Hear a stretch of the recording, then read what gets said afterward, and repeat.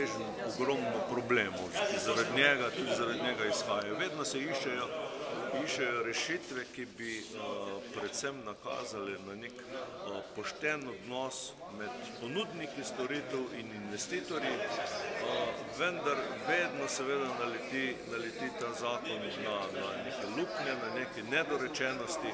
Popravljali smo ga v državi že v zadnjih 10 letih, zagotovo 10-krat ali večkrat.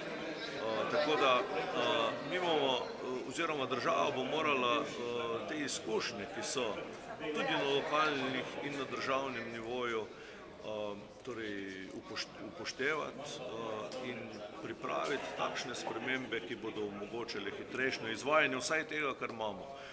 Že tako vemo, da je problem pri investicijah ogromen, da nimamo pripravljenih investicij za naprej, da ni denarja za investicije in zdaj, če še tistih ne znamo speljati, ki jih imamo, potem je pa to lahko pogreb ne samo za gradbeništvo, to je lahko tudi pogreb za državo. Super, hvala lepa.